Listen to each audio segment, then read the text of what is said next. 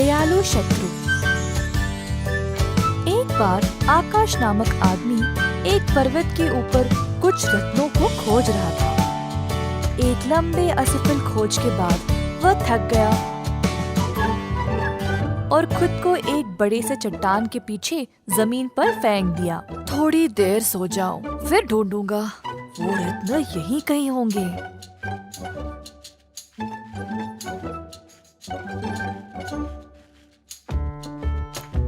आकाश गहरी नींद में चला गया, पर अचानक कुछ आवाजों ने उसको जगाया।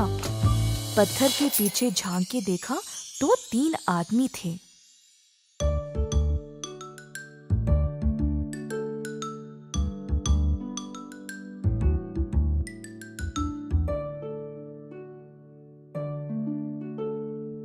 वाह, देख जरा, मुझे रत्न मिले, जबरदस्त।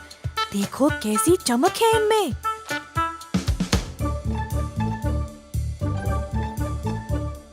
हाँ, मुझे भी मिला, चलो ढूंढते रहें।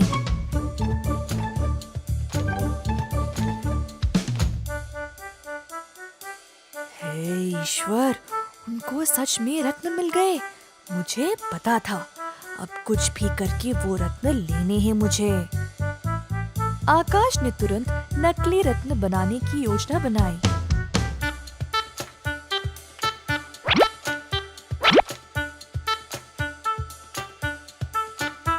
जल्दी से कुछ पत्थरों पर रंग लगाया और सोचा कि जब ये 3 आदमी सोएंगे तब वह उन असली रत्नों के साथ अदल बदल कर देगा। चोरी छुपे आकाश उन तीनों का पीछा कर रहा था।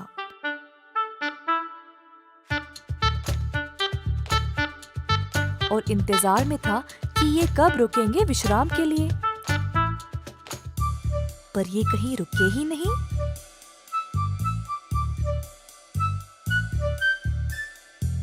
यहाँ बहुत चोर होंगे, रत्नों का क्या करें? ये रत्न सबसे सुरक्षित हमारे पेट में ही रहेंगे।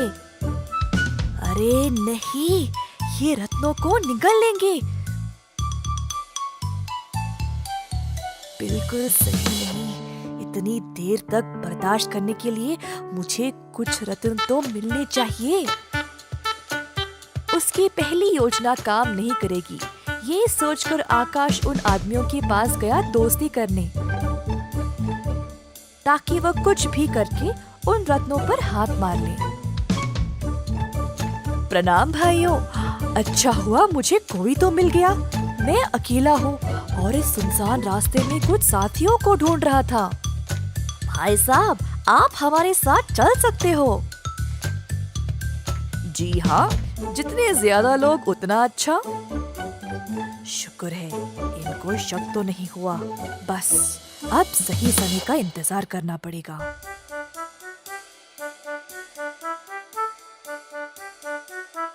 परंतु वो सही समय कभी आया ही नहीं। कुछ देर बाद चारों किसी गांव से गुजर रहे थे।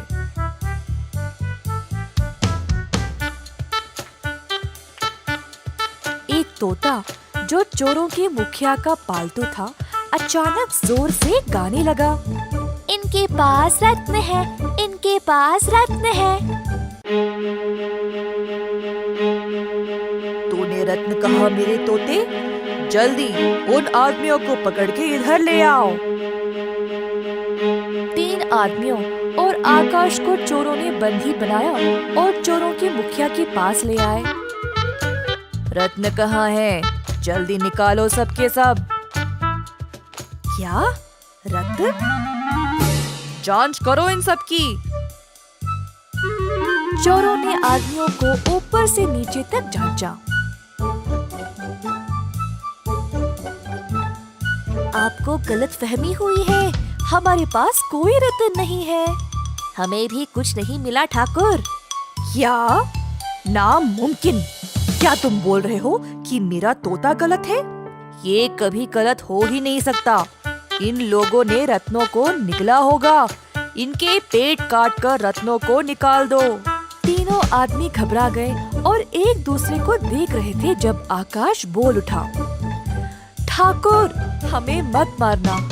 माफ कर दे, रत्न मेरे पास है। मैंने पहले झूठ बोला था।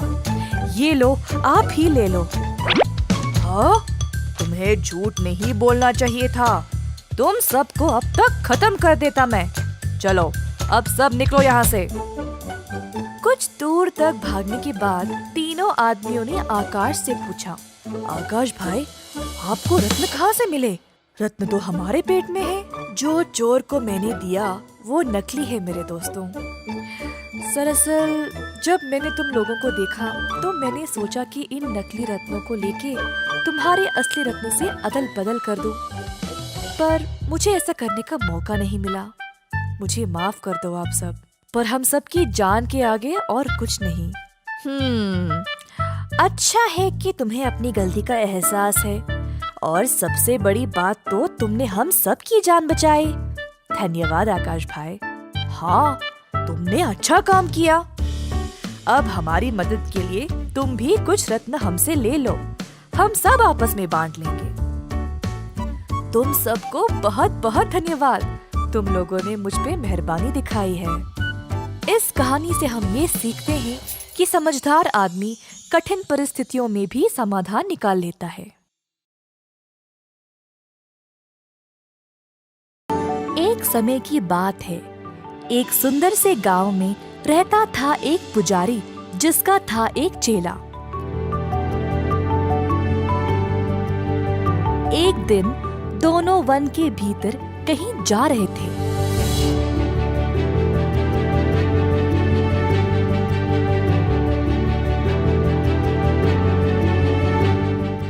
तो अचानक से कुछ चोरों ने उनको घेर लिया। पुजारी ने उनको बोला कि उनके पास कोई पैसे नहीं है, फिर भी चोरों ने नहीं मारा।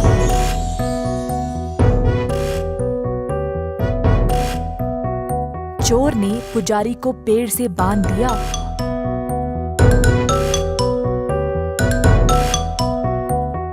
और उनके चेले को घर वापस जाकर पैसे लाने के लिए कहा। चेला धीरे से पुजारी जी के पास गया। गुरुजी, घबराइए मत। जल्दी में आप वैदर्भा मंत्र ना पढ़े। मैं घर जाकर पैसे लेकर जल्द से जल्द वापस आऊंगा।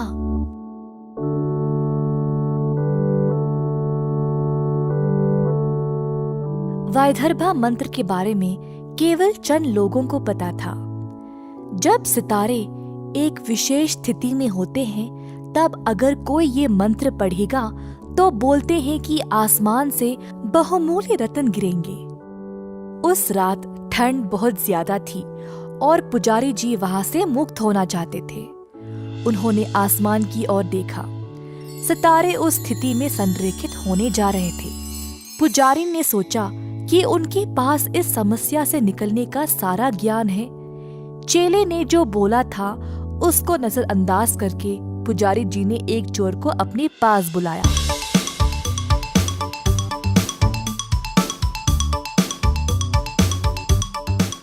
तुम लोगों को धन चाहिए ना?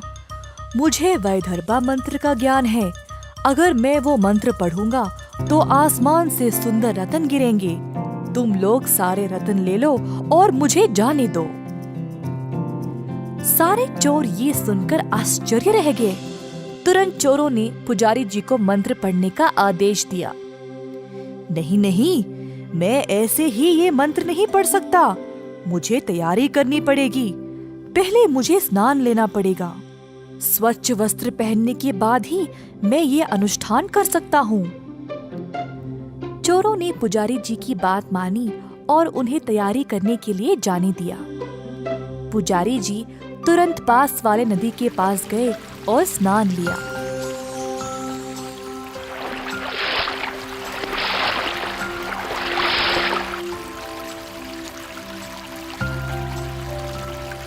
साफ वस्त्र पहना और मंत्र बोलना आरंभ किया। सारे चोर सोच में पड़ गए। क्या ये सब सच है? सही में आसमान से रत्न गिरेंगे क्या? और कितना इंतजार करना पड़ेगा? जैसे ही जाप समाप्त हुआ, कई सुंदर रत्न आकाश से गिर पड़े। सारे चोर खुश हो गए।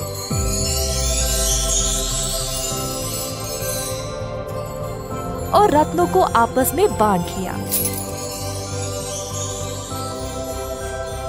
इसी दौरान एक और चोरों का गिरोह सब कुछ देख रहे थे। वे सब इन चोरों के पास गए और उनसे रत्नों की मांग की और धमकी भी दी। पहले चोरों के समूह से एक चोर आगे आया और बोला, तुम लोगों को भी रत्न चाहिए ना? ये पुजारी को एक जादुई मंत्र पता है। अब इन चोरों ने पुजारी को पकड़ा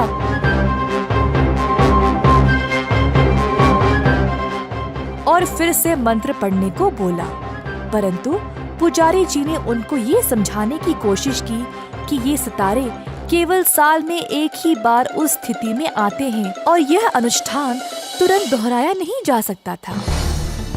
पुजारी जी ने सोचा, मुझे अपने चेले की बात सुननी चाहिए थी, मैं इस संकट में पड़ता ही नहीं।